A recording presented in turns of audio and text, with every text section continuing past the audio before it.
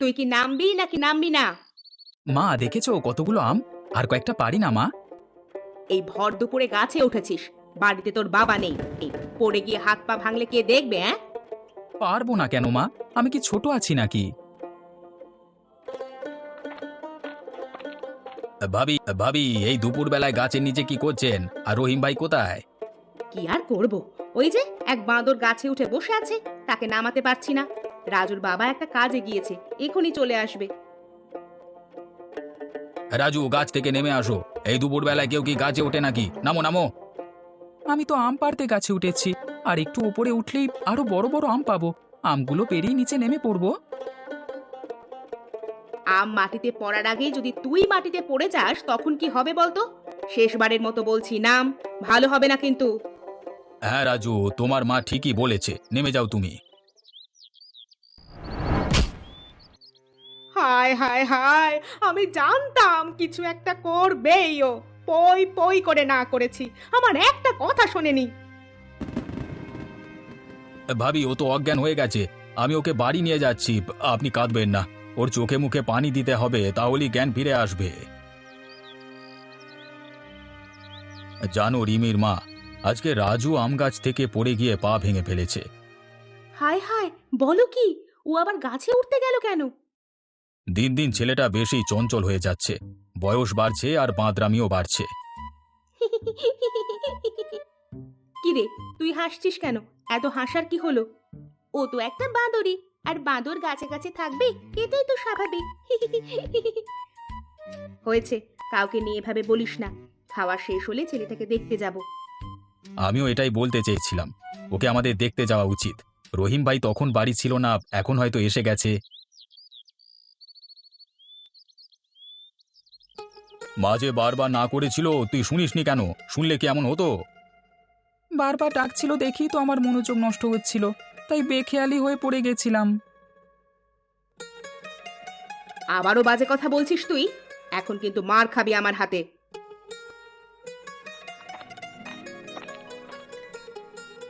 রাজু, এখন কেমন আছো? এই তো ভাঙা পা নিয়ে শুয়ে আছি। তোমরা ভালো আছো? করিম ভাই, তোমাকে অনেক ধন্যবাদ। আমি বাড়ি না থাকায় তুমি ডাক্তার এনে আমার ছেলের চিকিৎসা করিয়েছো। তুমি না থাকলে রাজুর মা একা যে কি করতো। এভাবে বলবার কি আছে? আমার মেয়ের কিছু হলে এই একই কাজ তুমি করতে। তোমার ছেলে আর আমার মেয়ের মধ্যে কি কোনো পার্থক্য আছে? তা তুমি ঠিকই বলেছো ভাই। আপনারা সবাই দাঁড়িয়ে কেন? বসুন। না ভাবি, আজ তো আপনাদের রান্না হয়নি। আপনার ভাই আমাকে রাজুর কথা জানানোর পর আমি চালে ডালে খিচুড়ি বসিয়ে দিয়ে এসেছি। রান্না হলে নিয়ে আসবো। এখন বাড়ি যেতে হবে, আর বসবো না। পাটা ভেঙে ভালোই হলো। চাচির হাতের খিচুড়ি খেতে পারবো।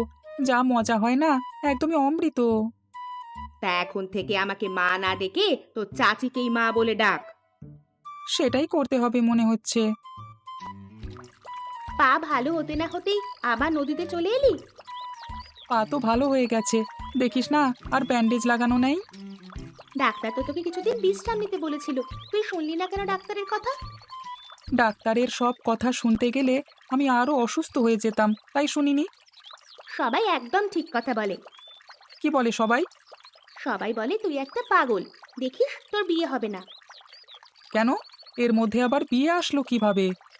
তোর মতো পাগল কি কোনো মেয়ে বিয়ে করবে নাকি? পাগলের সাথে কি সংসার করা যায়? কেউ বিয়ে না করলে তুই করে ফেলিস আমাকে বিয়ে, তাহলেই তো হয়ে গেল। দুই পাগল একসাথে ভালোই সংসার হবে। তুই কি আমাকে পাগল বললি? কেন? আজকাল পাগলদের কি অন্য কোনো নামে ডাকা হচ্ছে নাকি? ওই আমি তো জানি না। আর একটা কথা বললে না, ধাক্কা মেরে পানিতে ফেলে দেব।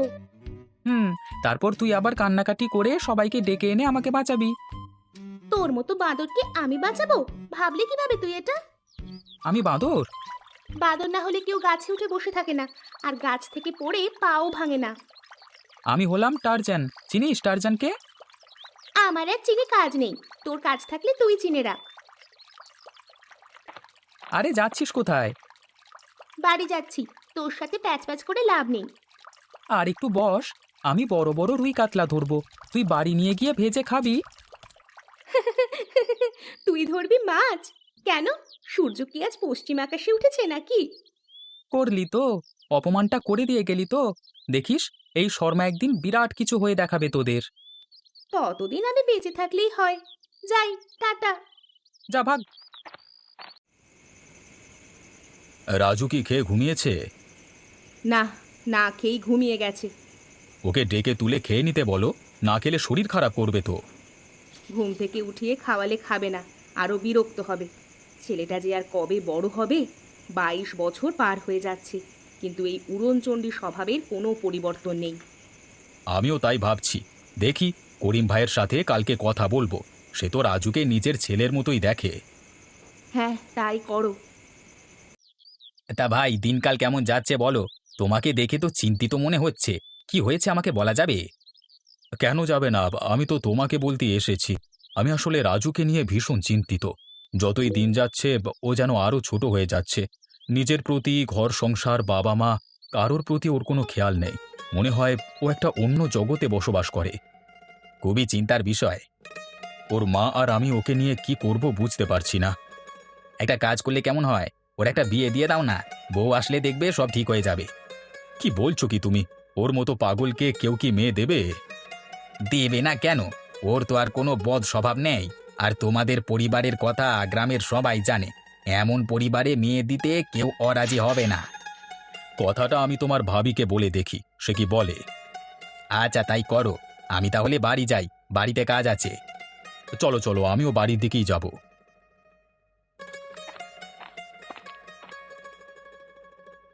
তুমি কথা বলেছিলে রিমির বাবার সাথে রাজুর ব্যাপারে? বলেছিলাম। সেটা নিয়েই তো ভাবছি। কেন? উনি কি এমন বলেছেন যেটা নিয়ে তুমি আবার এত ভাবছো? উনি বলেছেন রাজুর বিয়ে দিতে। বিয়ে? মানে ওকে কে বিয়ে করবে? আমারও সেই একই কথা। কে বিয়ে করবে ওকে? বয়স তো একেবারে কমও হয়নি, কিন্তু এমন পাগলের সাথে কেউ তার আদরের মেয়েকে বিয়ে দিতে রাজি হবে না। আচ্ছা রাজুর মা, রিমিকে তোমার কেমন লাগে? তা তো বেশ লাগে। কেন, তুমি আবার অন্য কিছু ভাবছো নাকি? ভাবতেই পারি। আমার মনে হয় করিম ভাই দ্বিমত করবে না। তুমি রাজি থাকলে আমি এ নিয়ে করিম ভাইয়ের সাথে কথা বলবো। আমার কোনো আপত্তি নেই। তাছাড়া রাজুকে তো রিমি ছাড়া অন্য মেয়েদের সাথে কখনো কথা বলতে দেখিও না, শুনিও না। মনে হয় ওরা দুইজন দুইজনকে পছন্দই করে। ওরাও অমত করবে না। তোমার কথা শুনে আরো সাহস পেলাম। আজই যাব করিম ভাইয়ের সাথে কথা বলতে। আচ্ছা, যাও। শেষ পর্যন্ত আমি ছাড়া আর তোর বরই জুটলো না। ছি ছি ছি ছি।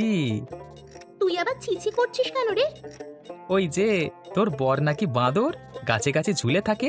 তা বলি, এই বাঁদর ছাড়া তোর কপালে কি একটা মানুষ বর জুটলো না? এত খারাপ কপাল তোর।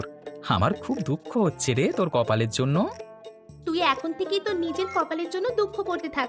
কিছুদিন পরেই বুঝতে পারবি কার কপালে কে জুটলো। আমার কপালে তুই, নাকি তোর কপালে আমি জুটলাম। ঠিক আছে, তাহলে এখন থেকেই গালে হাত দিয়ে দুঃখ করতে বসে গেলাম। এই নে।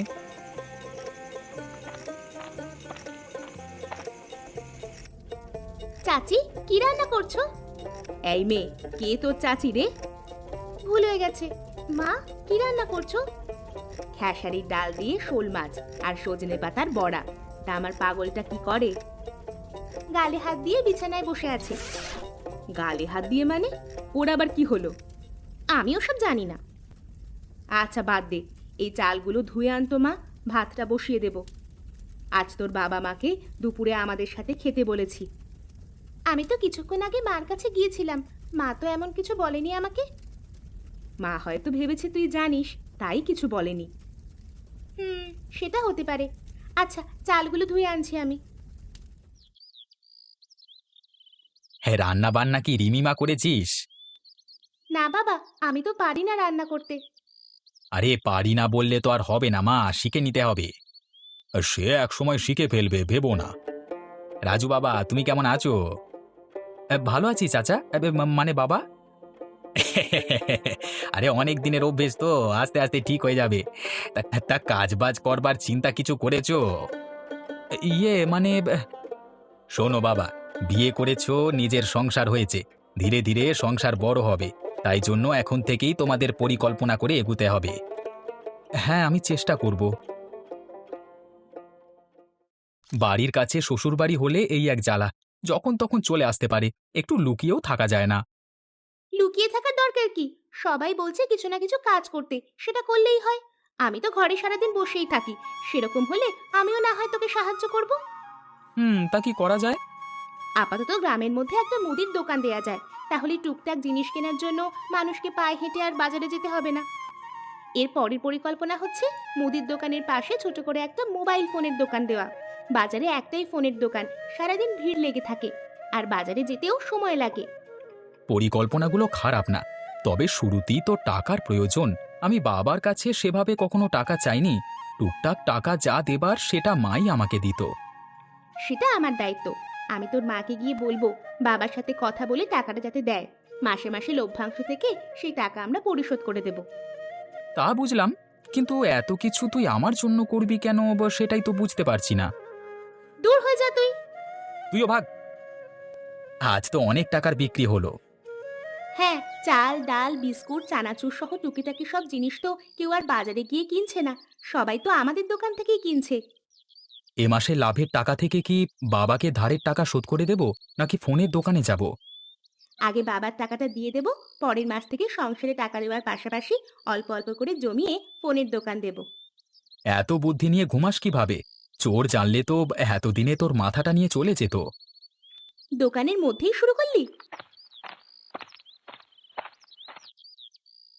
রাজু, ভালো আছো? ভালো আছি। আপনারা ভালো আছেন? হ্যাঁ, ভালো আছি। দেখতে এলাম তোমাদের দোকান কেমন চলছে। মা, বসবে তোমরা? না রে মা, এখন আর বসবো না। রাতে সবাই একসাথে খাবো। তুই রাজু বাবাকে নিয়ে চলে আসিস। আমি তোর শ্বশুর শাশুড়িকে বলে এসেছি। আচ্ছা মা, আসবো। বাবা, তাড়াতাড়ি চলে এসো কিন্তু, এখন যাচ্ছি আমরা। আমরা তাড়াতাড়ি চলে আসবো। হে, এই বাড়ির পাশে শ্বশুরবাড়ি হলে তো দারুণ মজা। দুদিন পর পর শুধু দাওয়াত আসে। জানলে তো আরো আগেই বিয়ে করতাম। তোকে কে দাওয়াত দেয়? আমার বাবা মা তাদের মেয়েকে দাওয়াত দেয়। তুই ছোঁচার মতো দৌড় দিস কেন? তোর খুব ভালো বিয়ে হয়েছে তো, তাই বেশি বেশি দাওয়াত দিয়ে জামাইকে সবসময় পটিয়ে রাখতে চায় তোর বাবা মা। অসহ্য একটা। বাবা, আমাকে কিছু খাবার দিবে? আমি খুব ক্লান্ত। হ্যাঁ, কেন দেব না? আপনি একটু অপেক্ষা করুন, আমি দিচ্ছি। এই নিন বুড়িমা। বেঁচে থাকো বাবা, জীবনে অনেক বড় হও, তোমরা অনেক সুখী হও। দেখেছিস আমাকে কেমন দোয়া দিয়ে গেল? শুধু তোকে না, আমাকেও দিয়েছে। কই, আমি তো এমন কিছু দেখিনি শুনিনি। কানা নয়তো বয়রা তুই, তাই দেখিসনি, শুনি শুনি। বুড়িমা বলল না তোমরা সুখী হও? তোকে বলেনি, সেটা শুধু আমাকে বলেছে। আচ্ছা, তুই এত ঝগড়াটে কেন রে? আর তুই কি? আজ থেকে আমাকে আর তুই বলবি না, তুমি করে বলবি। কেন, সবসময় তো তুই করেই বলে এসেছি। তা হঠাৎ কি এমন হলো যে তুমি করে বলতে হবে? আমি কোনো তুমি তুমি করে বলতে পারবো না, বলে দিলাম। কেন আবার? বড় বউ কেউ কি তুই করে বলে নাকি? সবাই তো তুমি করেই কথা বলে। আচ্ছা, তুমি আমার বউ নাকি? কই, আমি তো জানি না। কেউ তো আমাকে কোনোদিন জানায়নি বিষয়টি। কাজের পাশাপাশি নিজের স্বভাবেরও উন্নতি করো। এখন থেকে আর পাগলামো করা চলবে না বাচ্চাদের মতো। এখন তুমি বিবাহিত পুরুষ, আগের মতো আর ছোটটি নেই তুমি। কথাটা যত তাড়াতাড়ি কানে নেবে, ততই সবার জন্য মঙ্গলজনক হবে। জো হুকুম মহারানী, তোমার কথা কি আমি অমান্য করতে পারি? অবশেষে এতদিনে তাহলে বুঝতে পারলে তুমি